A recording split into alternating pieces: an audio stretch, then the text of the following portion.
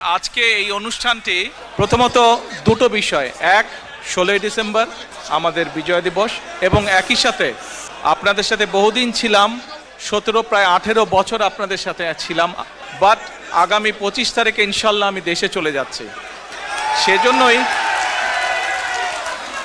সেজন্যই আপনাদের সাথে খুব শান্তভাবে আপনাদের সাথে দুটো কথা বলতে চাই। আপনারা প্রবাসে আছেন, প্রবাসীদের কাছে প্রথমে আমি কৃতজ্ঞতা প্রকাশ করেছি। আমাদের যে স্বৈরাচারের বিরুদ্ধে আন্দোলন, এই আন্দোলনে প্রবাস থেকে বহু প্রবাসী বিভিন্নভাবে সহযোগিতা করেছেন। এই আন্দোলন সফলতার পিছনে প্রবাসীদের একটি বিশাল ভূমিকা রয়েছে। কাজেই প্রবাসীদের অবদানকে কোনোভাবে আমরা খাটো করে দেখতে পারি না। কিন্তু আপনাদের সামনে আমি যেই পরিকল্পনাগুলো তুলে ধরেছি, আমাদেরকে আগে কাজ শুরু করতে হবে।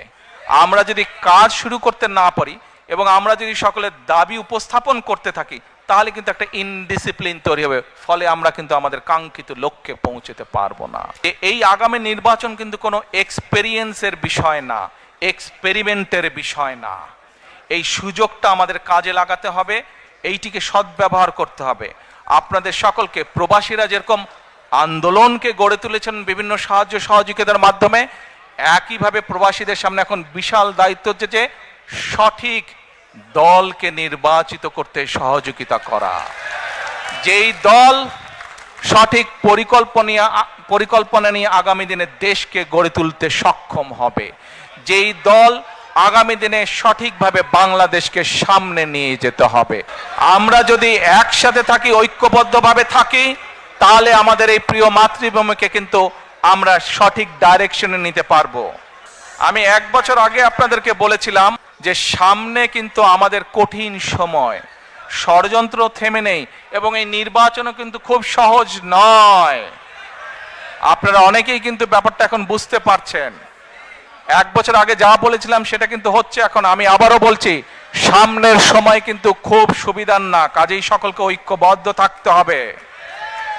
ঐক্যবদ্ধ থাকতে পারবেন? ঐক্যবদ্ধ থাকতে পারলেই আমরা আমাদের এই যে পরিকল্পনা বললাম সফল করতে পারবো। ঐক্যবদ্ধ থাকলেই আমরা আমাদের প্রত্যাশিত বাংলাদেশকে গড়ে তুলতে পারবো। ঐক্যবদ্ধ থাকলেই আমরা বাংলাদেশের জবাবদিহিমূলক ব্যবস্থা গড়ে তুলতে পারবো।